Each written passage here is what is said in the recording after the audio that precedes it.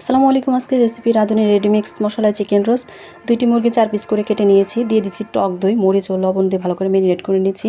এগুলোকে তেলে ভেজে নেব। জাস্ট 2 পাশ 1 মিনিট করে ভেজে নামিয়ে নিলেই হয়ে যাবে।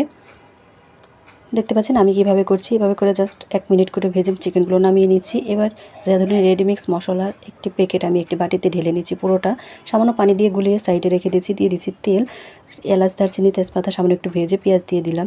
পেঁয়াজগুলো যেন পুড়ে না যায় পানি দিয়ে আদা রসুন বাটা এবং রাঁধুনি মশলা দিয়ে ভালোভাবে একটু কষিয়ে নিচ্ছি। দিয়ে দিচ্ছি বাদাম বাটা, লবণ, টক দই দিয়ে ভালো করে একটু মিক্স করে নিচ্ছি। ভালো করে কষিয়ে তেল উঠে আসলে চিকেনগুলো দিয়ে দিলাম।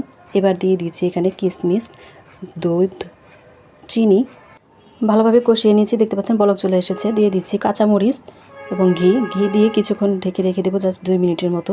ঢাকনাটা তুলে এবার দিয়ে দিচ্ছি পেঁয়াজ বেরেস্তা এবং কেওড়া জল দিয়ে 2 মিনিট ঢাকনা দিয়ে ঢেকে পরিবেশন করে দিয়েছি।